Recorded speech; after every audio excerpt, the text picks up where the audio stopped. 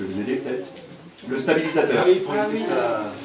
Donc vous avez vu que le végétal, on l'a juste enrichi au beurre de karité. Il est déjà pas très dur. Quand on fait du lait d'ânesse, on y a ajouté en fait 16% de liquide. Donc quand il sort de la machine, c'est dur comme de la vache qui rit. Donc on ne va pas le travailler de la même façon que le végétal, parce que fatalement, il va avoir une fâcheuse tendance à tomber par terre. À titre d'information, quand on fait du végétal comme ça, là, on arrive à en faire 1000 par jour.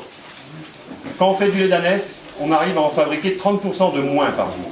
Donc il nous coûte 30% de plus à la fabrication avec les mêmes machines, le même personnel. Hein. Parce qu'il est beaucoup plus délicat à travailler, beaucoup plus collant. Donc déjà, il est plus cher. Et il y a le coût du lait. Est-ce que vous avez une notion du prix d'un litre de lait? Donc commencez par 1,50 €, ça coûte très cher. 8 €. Ouais, madame, elle est à côté de la plaque. On met dans les caisses comme ça, les caisses vertes, là.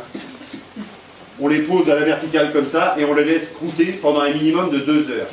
Au bout de 2 heures, on va pouvoir les passer à la presse. Si on les passe trop tôt à la presse, ils collent partout. Et le problème, c'est que quand vous arrivez à le décoller, vous l'avez tellement mal craqué qu'il est fichu. Ok? Vous allez vous tourner et vous allez me laisser passer devant.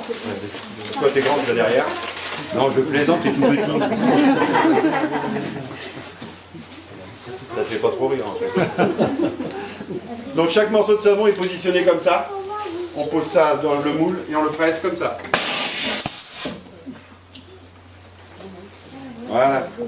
Morceau brut, morceau de savon moulé. D'accord? Donc on en a profité pour le mettre en forme standard, entre guillemets. On en a profité pour mettre notre nom, savonnerie artisanale de Ré, 17 111 Lois. J'ai bien dit de Ré, pas de l'île de Ré. Je vous expliquerai après pourquoi.